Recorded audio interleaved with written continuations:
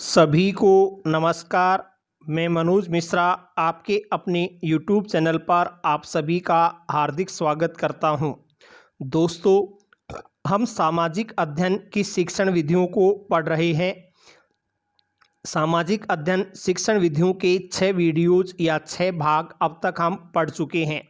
पिछले छठे भाग में हमने चिंतन के बारे में पढ़ा था कि चिंतन क्या होता है, चिंतन का विकास कैसे किया जा सकता है। देखिए, जब कभी भी हमारे सामने कोई समस्या उत्पन्न हो जाती है तो उस समस्या का समाधान करने के लिए हम जो कुछ भी सोच विचार करते हैं वही चिंतन कहलाता है। इसके अर्थ के बारे में, परिभाषाओं के बारे में और चिंतन के क्या साधन हैं, उपकरण हैं, इनके बारे में हमने 6 नंबर के वीडियो में पढ़ा था। अब इस 7वें वीडियो में हम लेने जा रहे हैं चिंतन के भेद क्या होते हैं, कि चिंतन कितने प्रकार से किया जा सकता है, चिंतन के प्रकार विद्वानों के द्वारा कितने माने गए हैं। इसके अलावा हम पढ़ेंगे चिंतन की आवश्यकता क्यों है, चिंतन की आवश्यकता या महत्व हमारे लिए क्या है, और एक बच्चों में हम समालोचनात्मक चिंतन का विकास कैसे कर सकते हैं। इन सभी बातों के बारे में इस वीडियो में पढ़ेंगे। सबसे पहले हमारे सामने है कि चिंतन के कितने भेद होते हैं, चिंतन के प्रकार कितने हैं। तो देखिए, अलग अलग विद्वानों के द्वारा चिंतन के अलग अलग भेद माने गए हैं, लेकिन सभी का सारांश यदि हम निकालते हैं तो चिंतन के अंतर्गत 10 प्रकार के नाम निकल करके आते हैं। 10 प्रकार के चिंतन हम कह सकते हैं। वे 10 चिंतन कौन कौन से हैं? पहला है प्रत्यक्ष बोधात्मक चिंतन या मूर्त चिंतन। दूसरा है संप्रतीयात्मक चिंतन या अमूर्त चिंतन। तीसरा विचारात्मक चिंतन या तार्किक चिंतन। चौथा है सृजनात्मक चिंतन। पांचवा है अभिसारी चिंतन। छठा है अपसारी चिंतन। सातवां है क्रांतिक चिंतन। आठवां आत्मचिंतन। नवां विवेचित चिंतन और 10वां हम मानते हैं समालोचनात्मक चिंतन। ये 10 प्रकार के चिंतन के भेद हैं, वो अपने सामने निकल करके आते हैं। इन सभी में क्या अंतर होता है, कैसे हम सभी को विवेचित कर सकते हैं, इनको हम पढ़ते हैं। सबसे पहला अपने सामने आ रहा है, वह कहलाता है प्रत्यक्ष बोधात्मक या मूर्त चिंतन क्या होता है। देखिए, मूर्त का मतलब है कोई भी वस्तु जिसको हम अपनी इंद्रियों के द्वारा, आँखों के द्वारा देख सकते हैं, अनुभव कर सकते हैं, तो वही वस्तु मूर्त वस्तु कहलाती है। अब देखिए, मूर्त चिंतन होता क्या है कि किसी भी वास्तविक या प्रत्यक्ष वस्तु को देख करके हम कोई सोच विचार करते हैं तो उसे ही प्रत्यक्ष बोधात्मक या मूर्त चिंतन कहा जा सकता है। जैसे एक बच्चा है, उस बच्चे को एक बार एक कच्चा या एक हरा सेब खाने के लिए दिया गया। उस हरे सेब को खाकर बच्चा कुछ आनंद की अनुभूति प्राप्त करता है। हरे सेब में भी उसे कुछ आनंद लगता है, आनंद की अनुभूति होती है। कुछ दिनों बाद उसी बच्चे को एक पका हुआ लाल सेब दिया जाता है। उस लाल सेब को देखते ही बच्चे के मन में वो हरा सेब है वो चक्कर काटने लग जाता है और उस हरे सेब के आधार पर बच्चा सोच विचार या चिंतन शुरू कर देता है। अब वह सेब उसको अच्छा लगा तो हो सकता है वह लाल सेब को लेने से मना भी कर दे। तो इस प्रकार एक वस्तु के आधार पर बच्चे ने चिंतन किया, तो ऐसा चिंतन ही प्रत्यक्ष बोधात्मक या मूर्त चिंतन कहलाएगा। तो देखिए, यह चिंतन का बहुत ही सरल रूप माना जाता है। प्रत्यक्ष बोध या प्रत्यक्षीकरण ही इस चिंतन का प्रमुख आधार है। प्रत्यक्ष बोधात्मक या मूर्त चिंतन का प्रमुख आधार क्या माना जाता है, तो उसका उत्तर है प्रत्यक्ष बोध या प्रत्यक्षीकरण ही इस चिंतन का प्रमुख आधार है। प्रत्यक्षीकरण व्यक्ति की संवेदनात्मक अनुभूति की व्याख्या है। व्यक्ति की संवेदनात्मक अनुभूति की व्याख्या को ही हम एक तरह से प्रत्यक्षीकरण कह सकते हैं। देखिए, उदाहरण अभी दिया था, यदि एक बच्चे को सेब दिया जाता है तो वह एक क्षण के लिए सोचता है और उसे लेने से मना कर देता है। क्यों?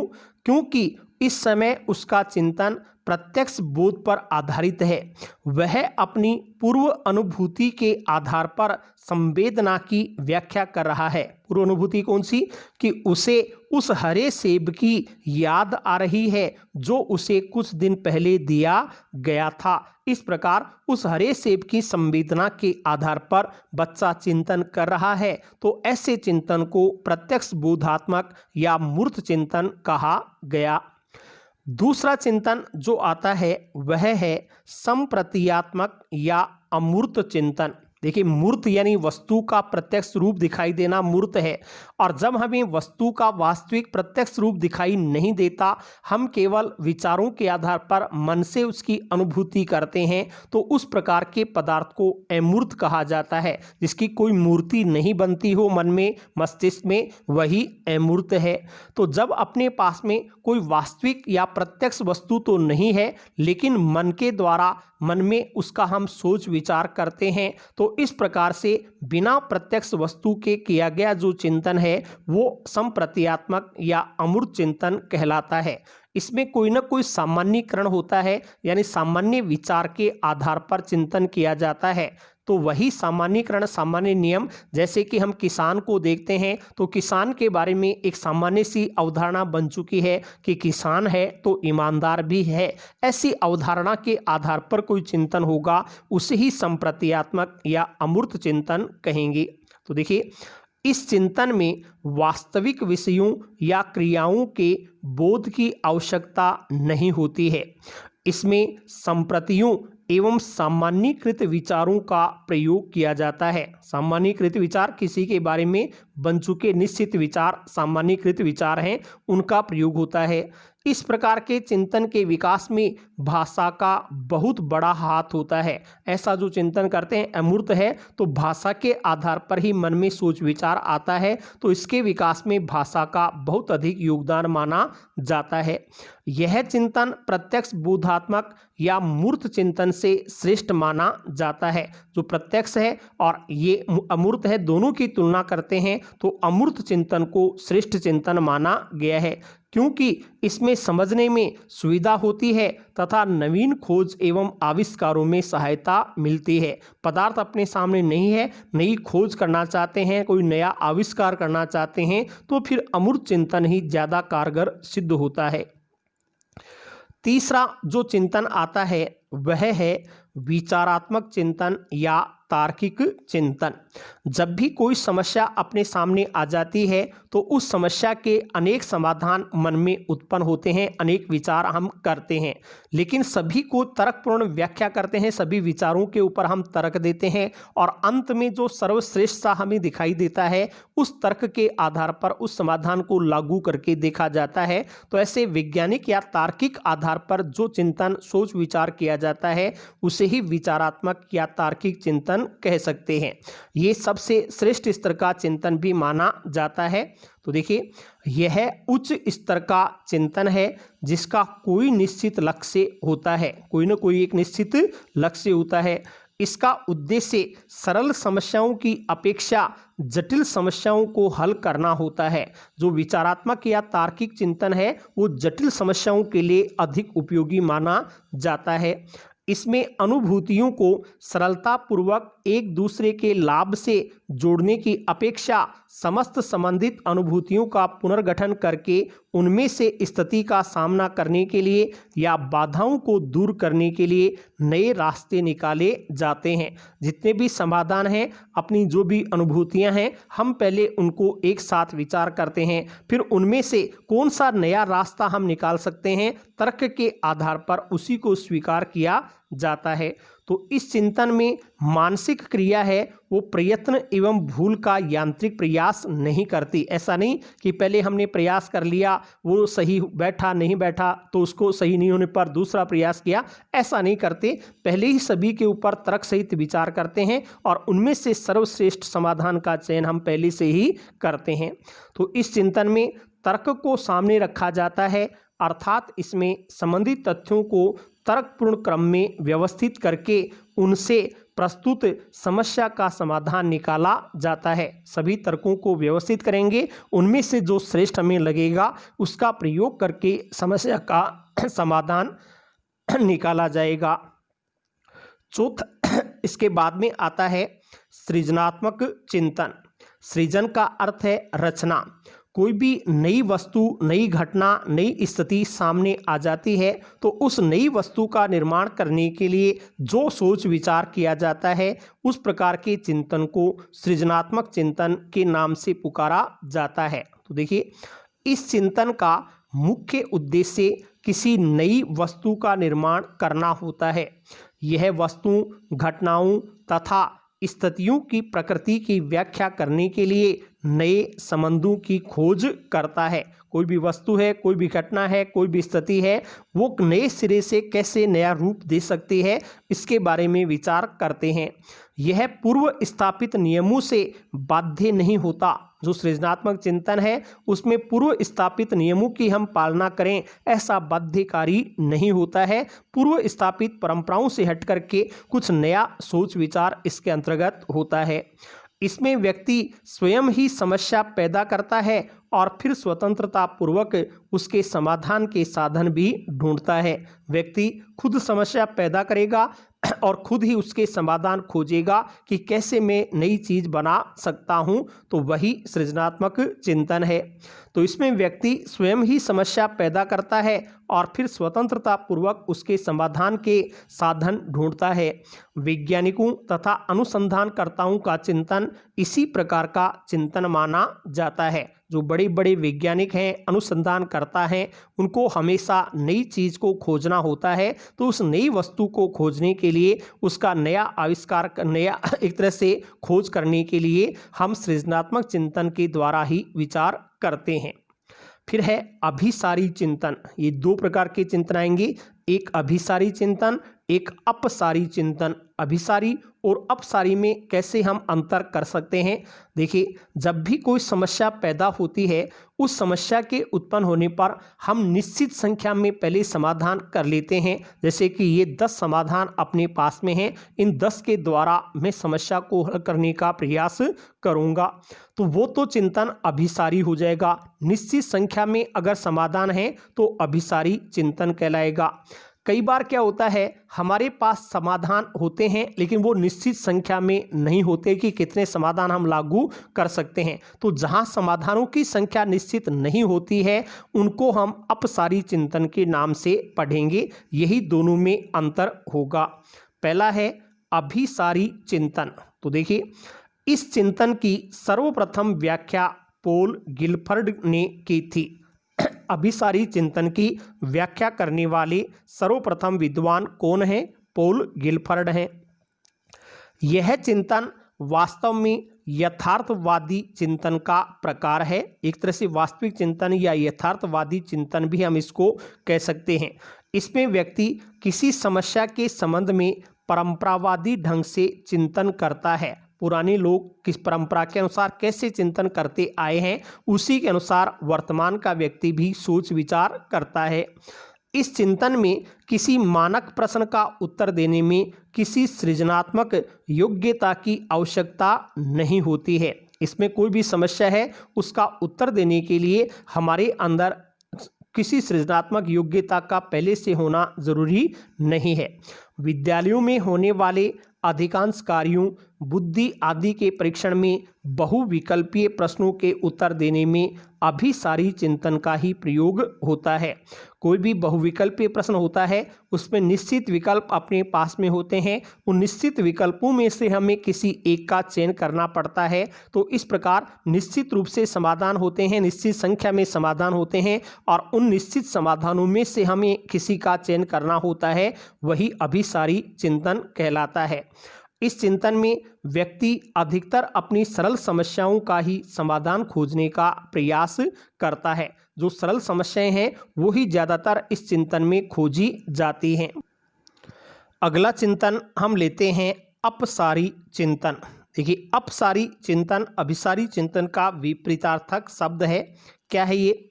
किसी समस्या के विभिन्न समाधानों या कार्य को करने के विभिन्न प्रयत्नों में से किसी एक उत्तम समाधान या प्रयत्न को चुना जाना अपसारी चिंतन कहलाता है। निश्चित संख्या में समाधान है और उनमें से हमें एक का चयन करना है तो अभिसारी चिंतन कहलाएगा। लेकिन समाधान विविध हैं, उनकी कोई निश्चित संख्या नहीं है। उन विभिन्न प्रयासों में से, समाधानों में से हम किसी एक श्रेष्ठ समाधान का चयन करते हैं तो वही अपसारी चिंतन कहलाता है। यह अभिसारी चिंतन का विपरीत चिंतन भी माना जाता है। क्यों? क्योंकि अभिसारी चिंतन में किसी समस्या के समाधान के लिए कुछ निश्चित संख्या में समाधान उपस्थित होते हैं, निश्चित संख्या में होते हैं, जबकि अपसारी चिंतन में विभिन्न प्रकार के अनेकों समाधान होते हैं और उन अनेकों में से हम किसी एक सर्वश्रेष्ठ समाधान का चयन कर सकते हैं। तो यही अपसारी और अभिसारी दोनों में अंतर होगा।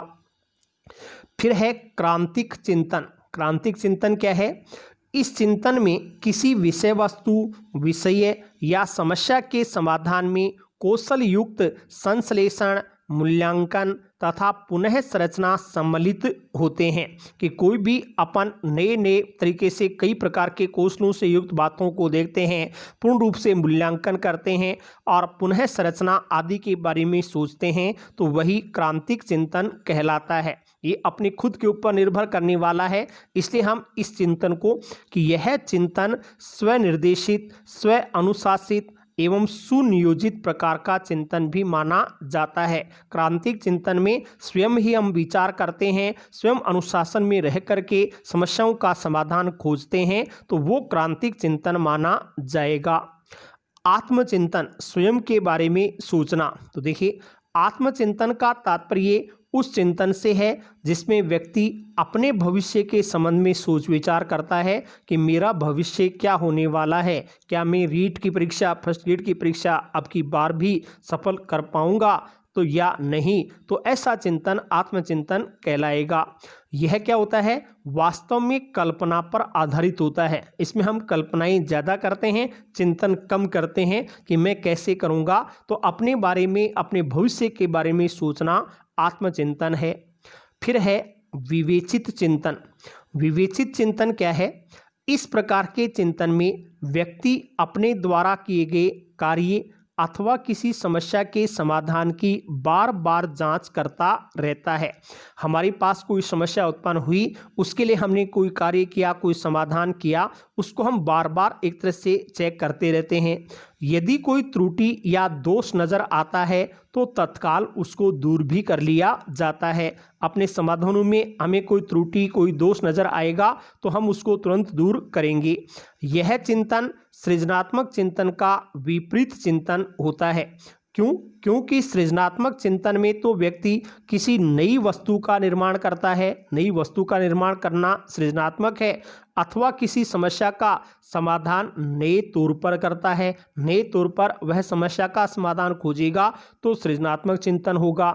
जबकि विवेचित चिंतन में व्यक्ति समाधान का ही आकलन करता है कि ये जो समाधान है वो वास्तव में कारगर हो सकेगा या नहीं हो सकेगा। उस समाधान का आकलन ही विवेचित चिंतन है और इसी विवेचित चिंतन को आगे हम समालोचनात्मक चिंतन के नाम से भी पढ़ते हैं। 10वां भेद आ जाता है समालोचनात्मक चिंतन। तो देखिए क्या है ये? विवेचित या विवेचनात्मक चिंतन को ही समालोचनात्मक चिंतन भी कहा जाता है। इसमें क्या होगा? समालोचनात्मक चिंतन को जीवन कौशल शिक्षा के 10 कौशलों में एक आवश्यक कौशल भी माना जाता है। अपना जो जीवन कौशल शिक्षा है, उस जीवन कौशल शिक्षा में कुल 10 प्रकार के कौशल माने गए हैं और उन 10 कौशलों में समालोचनात्मक चिंतन को भी एक कौशल के रूप में स्थान दिया गया है।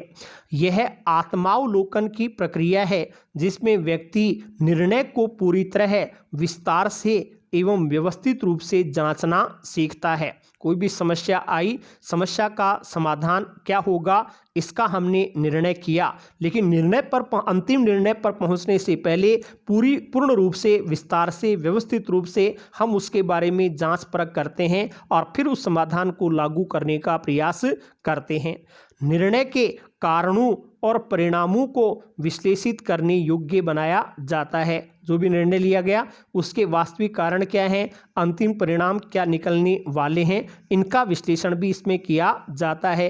क्यों? एवं कैसे प्रश्नों को पूछकर वास्तविकता का आकलन किया जाता है कि ये क्यों हुआ, कैसे हुआ, क्या मैं सफल हो पाऊंगा। ऐसे प्रश्न करते हुए जो चिंतन सोच विचार होता है वही विवेचित चिंतन या फिर यूं कहें समालोचनात्मक चिंतन माना जाता है। तो हम कह सकते हैं सामान्यतः यह कहा जा सकता है कि किसी समस्या के सभी पक्षों या पहलुओं की समान रूप से आलोचना करते हुए उनके सत्य होने के प्रमाण खोजना ही समालोचनात्मक चिंतन कहलाता है। कोई भी समस्या है, उस समस्या के सभी पक्षों पर, सभी पहलुओं पर हम समान रूप से सोच विचार करते हैं और फिर सत्य होने के प्रमाण खोजते हैं कि वास्तव में यह समस्या का समाधान है वो कारगर साबित होगा। इस आधार पर जो चिंतन होता है उसी को हम समालोचनात्मक चिंतन कह देते हैं। तो ये चिंतन के 10 प्रकार के भेद किए जाते हैं।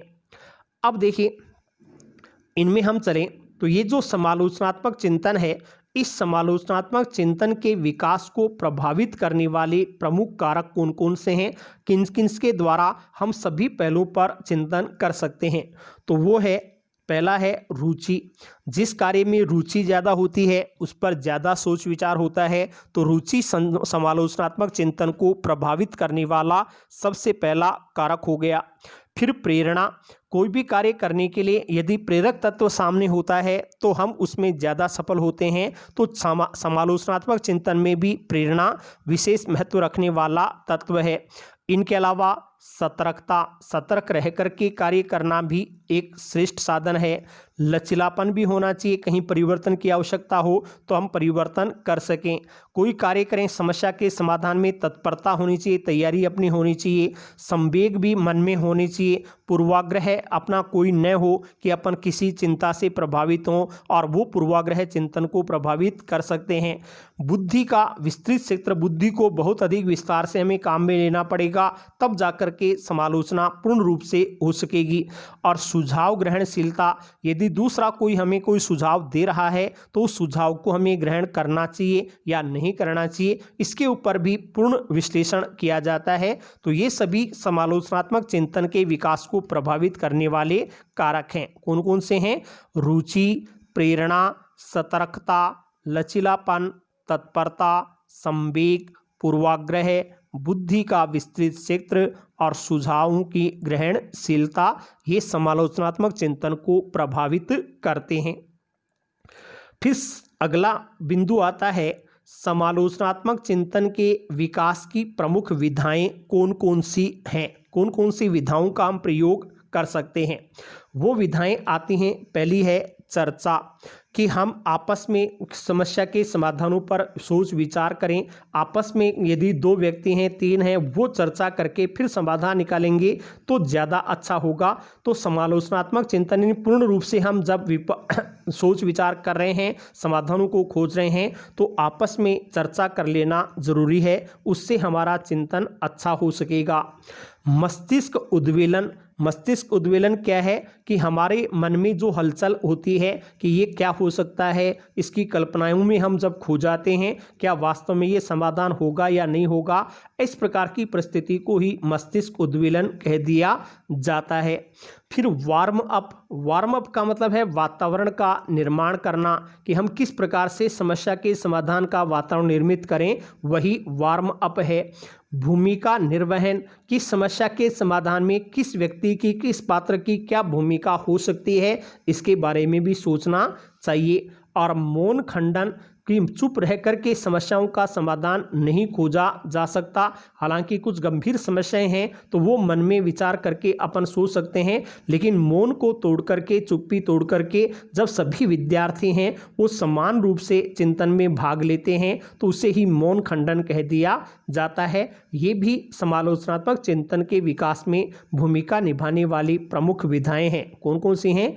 चर्चा, मस्तिष्क का उद्वेलन, वार्म अप, भूमिका निर्वहन और मौन खंडन।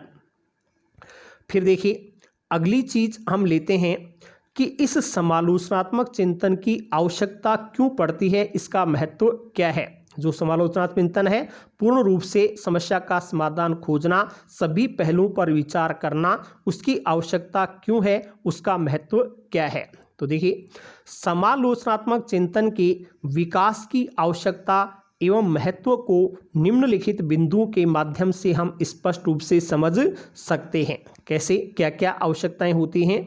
पहली है, समालोचनात्मक चिंतन के माध्यम से छात्रों को ज्ञान का वास्तविक स्वरूप प्राप्त हो जाता है। यदि छात्र है, विद्यार्थी है, वो सभी पक्षों पर, सभी पहलुओं पर सोच विचार करेगा तो उसके ज्ञान का स्वरूप विस्तृत होगा, उसको ज्ञान का वास्तविक स्वरूप प्राप्त हो जाएगा।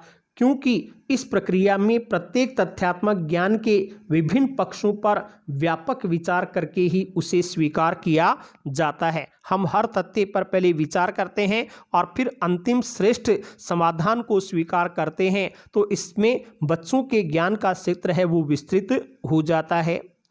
दूसरी आवश्यकता, समालोचनात्मक चिंतन के माध्यम से समाज में स्वस्थ परंपराओं का उद्भव होता है तथा रूढ़िवादी एवं परंपरावादी अंधविश्वास संबंधी व्यवस्थाओं का समाज में समापन संभव हो जाता है।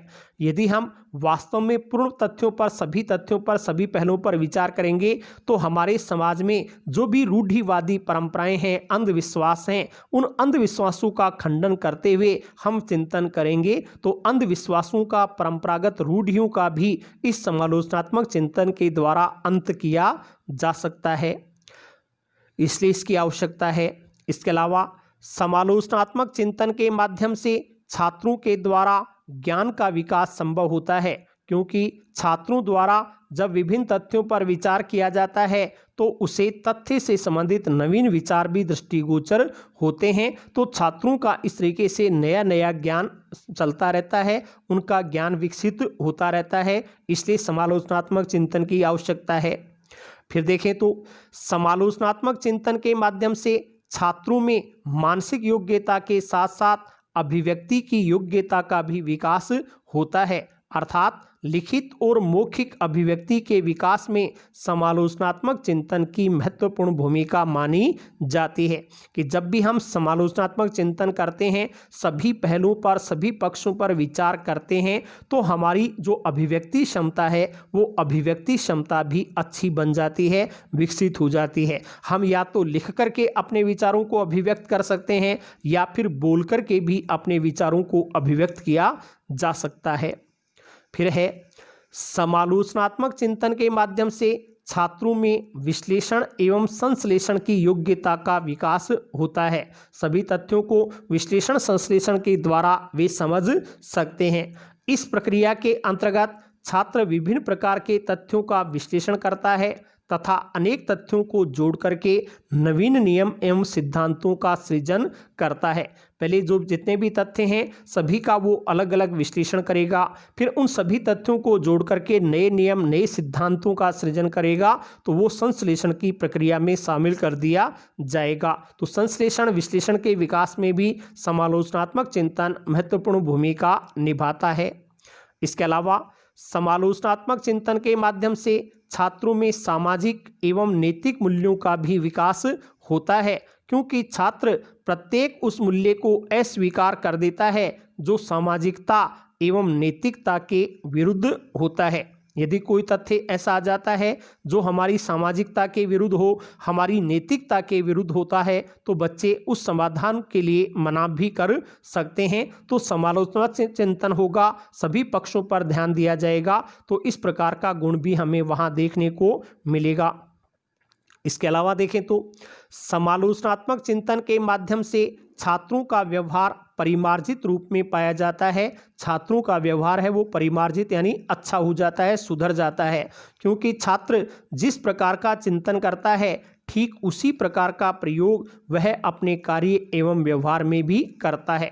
जैसा हम सोचेंगे उसी प्रकार का कार्य भी करेंगे। तो यदि अब बच्चों का चिंतन भी अच्छा होगा, समालोचनात्मक होगा, तो उनका व्यवहार भी अच्छा ही होगा, उनके कार्य भी अच्छे होंगे।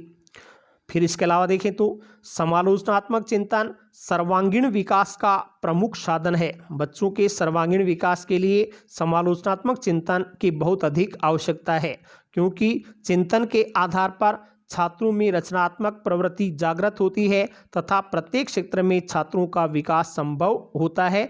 छात्र यदि समालोचना के आधार पर चिंतन करेगा तो हर प्रकार के पहलुओं पर वो विचार करेगा, तो किसी भी क्षेत्र में वो जाए, प्रत्येक क्षेत्र में छात्रों का विकास इससे संभव होता है। इन सभी तथ्यों के आधार पर हमें समालोचनात्मक चिंतन की आवश्यकता प्रतीत होती है। इनके अलावा अब हम देखें तो वो आता है समालोचनात्मक चिंतन के विकास के उपाय क्या हो सकते हैं, किन किन उपायों के द्वारा बच्चों में समालोचनात्मक चिंतन का विकास किया जा सकता है। तो देखिए, छात्रों में समालोचनात्मक चिंतन शक्ति का विकास करने के लिए शिक्षक के द्वारा निम्नलिखित उपाय काम में लिए जा सकते हैं। इनका उपाय शिक्षक को करना चाहिए। क्या क्या उपाय हैं? पहला है, बालकों को बाल्यावस्था से ही चिंतन हेतु प्रेरित किया जाना चाहिए। जब बच्चा छोटा होता है, बाल्य अवस्था में होता है, उसी समय उनमें सोच विचार करने की, चिंतन करने की क्षमता विकसित करना शुरू कर देना चाहिए। तो बाल्यावस्था से ही चिंतन के लिए बच्चों को प्रेरित करेंगे तो समालोचनात्मक चिंतन का विकास होगा। दूसरा, कक्षा में बालकों को नए नए तथ्यों की जानकारी दी जानी चाहिए जो उन्हें चिंतन हेतु प्रेरित करे। नए नए तथ्य भी बालकों को यदि हम रोजाना बताएंगे तो वो खुद सोच विचार करेंगे, उनकी चिंतन शक्ति में विकास होगा। फिर है, शिक्षक को इस बात का ध्यान रखना चाहिए कि बालक रटने पर जोर न दे। रटंत विद्या का प्रयोग मनोवैज्ञानिक नहीं मानते हैं, क्योंकि रटने से बालकों की चिंतन शक्ति है वो कमजोर हो जाती है। तो वो खुद नए विचार करें, खुद सोच करके उत्तर दें। ऐसा हो, रटा रटाया जवाब हमें छात्रों से नहीं प्राप्त करना है। फिर शिक्षक को बालकों के साथ स्नेहपूर्ण व्यवहार करना चाहिए जिससे वे हर विषय पर खुलकर चिंतन हेतु प्रेरित हो सकें। शिक्षक का व्यवहार बालकों के साथ प्रेम पूर्वक होना चाहिए, स्नेहपूर्ण होना चाहिए। प्रेमपूर्ण या स्नेहपूर्ण व्यवहार होगा तो छात्र बस शिक्षक से अधिक जुड़ेंगे, और अधिक जुड़ेंगे तो हर विषय पर खुल करके अपने विचार प्रकट कर सकेंगे। इससे भी समालोचनात्मक चिंतन का विकास किया जा सकता है। फिर शिक्षक को बालकों में जिज्ञासा प्रवृत्ति का भी विकास करना चाहिए। बच्चे को प्रश्न पूछते समय दबाना नहीं है, वो अधिक से अधिक प्रश्न हमसे पूछे, वही जिज्ञासा प्रवृत्ति बालकों में जगाएंगे तो समालोचनात्मक चिंतन का विकास हो सकता है। फिर है, बालकों को किसी विषय पर विचार व्यक्त करने की पूर्ण स्वतंत्रता दी जानी चाहिए। जब भी कोई कार्यक्रम होता है, बच्चा यदि बोलना चाहता है तो उसको पूर्ण स्वतंत्रता हो, वो अपने मौलिक विचारों को प्रकट कर सके, ऐसा प्रयास शिक्षकों को करना चाहिए। फिर चिंतन के विकास हेतु बालकों को जिम्मेदारी पूर्ण कार्य भी दिए जाने चाहिए। कोई भी अपन कार्य कर रहे हैं उसमें बच्चों को उत्तरदायित्व दे दिया जाएगा कि आपका ये काम करना है, कैसे भी करो, ये आपके ऊपर निर्भर है। तो फिर बच्चा सोच विचार करके सही तरीके से कार्य को करने का प्रयास करेगा। जैसे 26 जनवरी 15 अगस्त पर हम बच्चों को कार्य करवाते समय उनको अलग अलग कार्यों का आवंटन कर दें कि आपको ये काम करना है, आपको ये काम करना है, आपको इस प्रकार का काम करना है, तो बच्चे फिर जिम्मेदारी के साथ सोच विचार करते हुए कार्य करेंगे। तो उनको जिम्मेदारी पूर्ण कार्य भी दिया जाना चाहिए। इसके अलावा हम देखें तो शिक्षक को बालकों के भाषा ज्ञान में भी वृद्धि करनी चाहिए, क्योंकि भाषा नियमों का ज्ञान चिंतन को सरल बना देता है। तो भाषा का भी शुद्ध प्रयोग बच्चों को सिखाया जाना चाहिए।